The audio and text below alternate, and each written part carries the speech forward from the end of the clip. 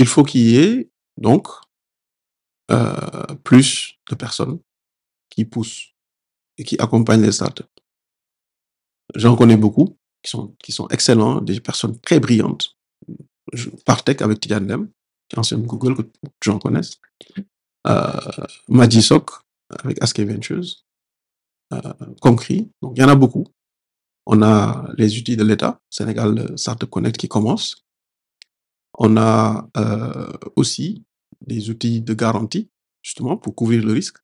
Parce que ce que vous dites, finalement, c'est comment est-ce qu'on peut permettre à des gens de lever de l'argent et de couvrir les garanties demandées par les banques. On a le fonds JIP. On a ADPME, on a plein de structures que l'État met pour aider. Mais ça ne suffit pas. Donc, des acteurs comme Sonatel, on se dit, qu'est-ce qu'on fait pour aider? Donc, capital humain. Quand on crée une start-up, on a besoin d'avoir des gens qui travaillent dessus. Quand on démarre une start-up, on n'a pas les moyens de payer, entre guillemets, des cadors. Les plus gros talents. Dans nos pays, c'est difficile de les payer en termes de salaire. Donc, comment faire en sorte quand même que les start-up puissent avoir accès à des ressources de qualité, pas trop chères, pour soutenir les premières phases de développement au moins. Donc ça, c'est du capital humain. C'est de la formation. Il faut former des jeunes. C'est aussi de l'accompagnement en mentorat.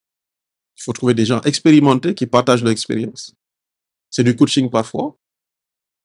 Et une fois que le capital humain est réglé, il faut que la start-up puisse avoir des revenus réguliers qui lui permettent de soutenir son développement. Ces revenus-là, en règle générale, c'est soit de la levée de fonds, enfin des revenus, des liquidités, soit de la levée de fonds ou des revenus. Et les revenus, pour les garantir facilement, il faut que les entreprises achètent auprès de ces startups-là, les entreprises nationales. Il faut des clients, quoi, tout simplement. Non, il faut, oui, mais... Il faut que les entreprises aient des clients. Quand on dit clients, c'est très vaste. Ça veut dire que la startup doit sortir, faire du boutique bag, donc du coup, faire du porte-à-porte, vendre au niveau des trucs, se battre pour avoir des clients.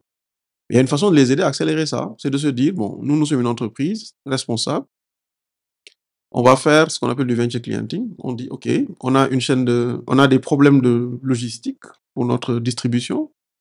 On prend une startup, PAPS, à qui on confie la livraison chez les clients en last mile. Ça lui fait du marché. Et donc, des flux de liquidité qui lui permettent au moins de réduire la tension sur ses coûts fixes. Donc, si Sonatel le fait, Senelec le fait, FH le fait, Auchan le fait, etc., ça permet de donner plus de mou à ces start-upers-là.